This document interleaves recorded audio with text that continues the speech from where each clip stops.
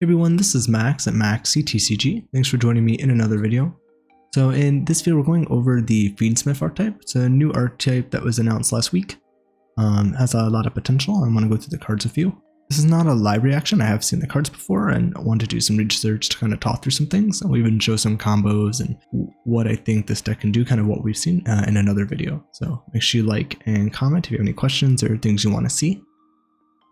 So when we get started, it's a pretty small engine overall, but I think can play with some other archetypes and do really well just being a splashable engine as well for what it can pull off. So we have the first card, the Fiendsmith, level 6 light fiend effect monster, 1800 attack, 2400 defense.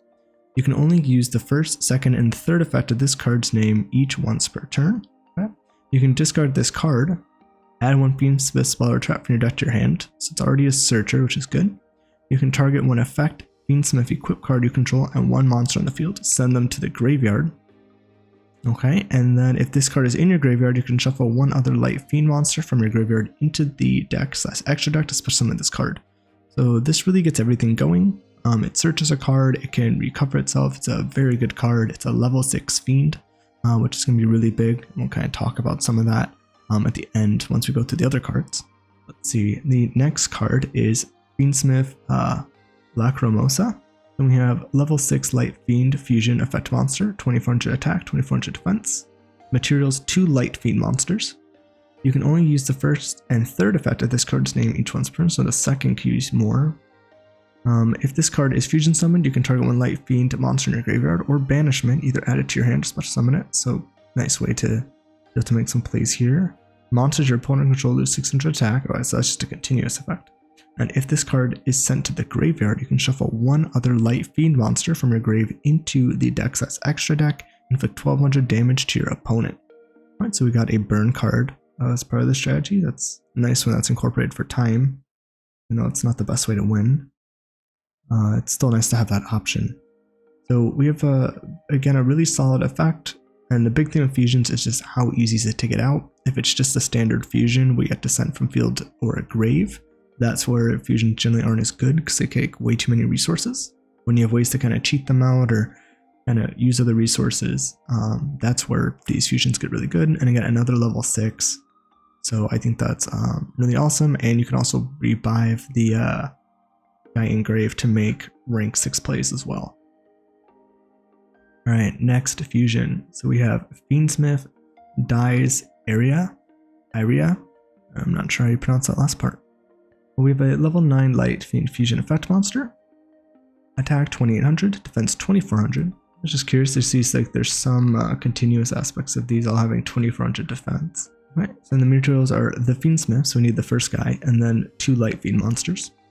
You can only use this card's name. So you can only use this card's name's first and second effect once per turn each. Quick effect, you can negate the effect of a number of face-up cards in the field till the end of this turn to number of total link ratings of link monsters equipped to this card as equipped cards. If this card is sent to the graveyard, shuffle one other light fiend monster from your graveyard into the deck or extra deck and target a card on the field, send it to the grave. The thing with this is that the way this first and second effect interact, I don't think it's as good on paper, but still good. So if this card's sent to the grave, shuffle one other light fiend from your grave into the extra deck, target card on the field, sent to the grave, so that's good. And then you can negate the effects of a number of face-up cards, so that's cool. You can negate floodgates or other things until the end of this turn to total link rating and the monsters equipped with this card to the grave. So the only problem with this is that you kind of got to do it all at one time, so most likely that's probably not going to happen. You'll probably generally get one negate off this, even if you have the option for more. Since usually going to want to negate cards like when they're summoning, you're not likely going to get situations where you can like get 2 cards that are having 2 chains activating on the field at the same time, even if you could negate more than 1 card. So probably only negate 1, so I think that's the only thing with this, but it's still pretty good. Overall, just a solid card for the archetype. Everything's looking really good. Next we have the first link, so a link 1. Whenever there's a link 1, that's generally a good sign that the archetype has really good potential. So Fiendsmith Requiem, link 1 light fiend link effect monster, 600 attack, a bottom arrow, so good arrow to summon into.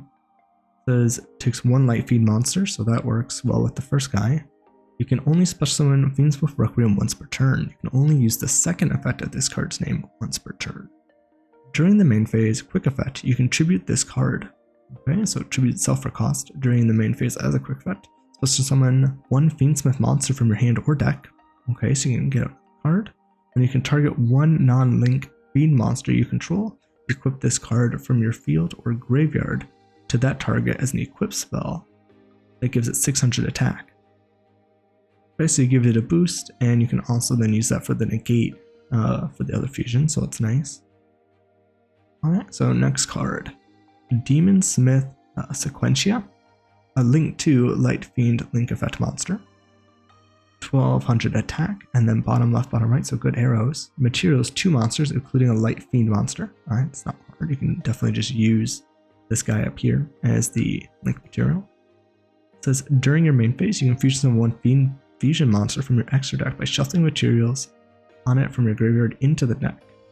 So you can only use this fusion effect once per turn, but it's a great way to cheat it out. You don't need to play a fusion spell, and you get to shuffle the monsters back to reoccur them, which is nice. And you can target one non-link fiend monster you control. Equip this card from your field or grave to that target as a equip spell. So another way to get this for another equip, which is nice. And your opponent cannot target equip monsters with card effects, so more protection.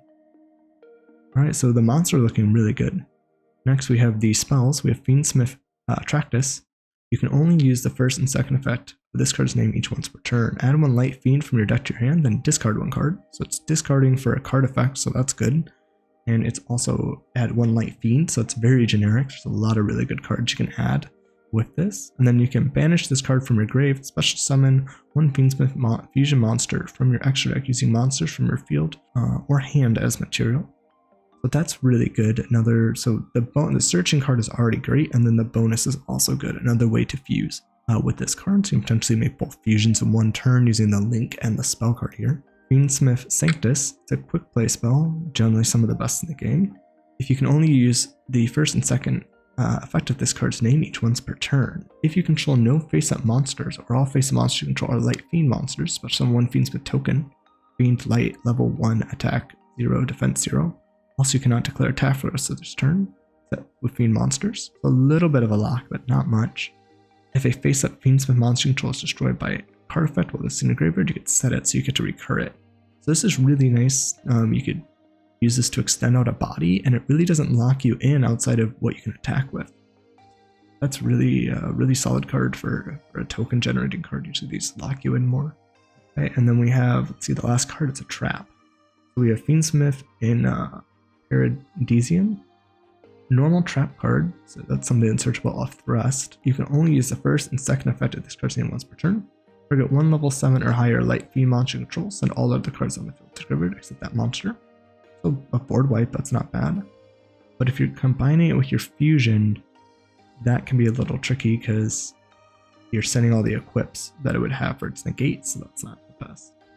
So that's kind of a weird way. You can't just shotgun this. You have to use the negates and then break the board with this card. If your opponent special summons a monster while this card's in your graveyard, banish this card, summon Fiendsmith from your deck to or extra to the grave. So this is pretty nice because you can get cards to equip to other monsters, or you can send the Fiendsmith, which could bring itself back. I really like when trap cards have these bonus effects. I think that's what gives them an edge over spell cards with being so slow. Generally, spell cards don't have as many grave effects. So again, a pretty solid card. If you do get hit with like a card and you thrust for this, if you can get a level 7 or higher on the field, that's not bad. It's a decent card. I think definitely it could be played as one searchable target. Alright, so that goes over the Fiendsmith archetype. I think this is a really good set of cards. Every card in this release is solid. You can play every single one. I think the trap's even pretty good.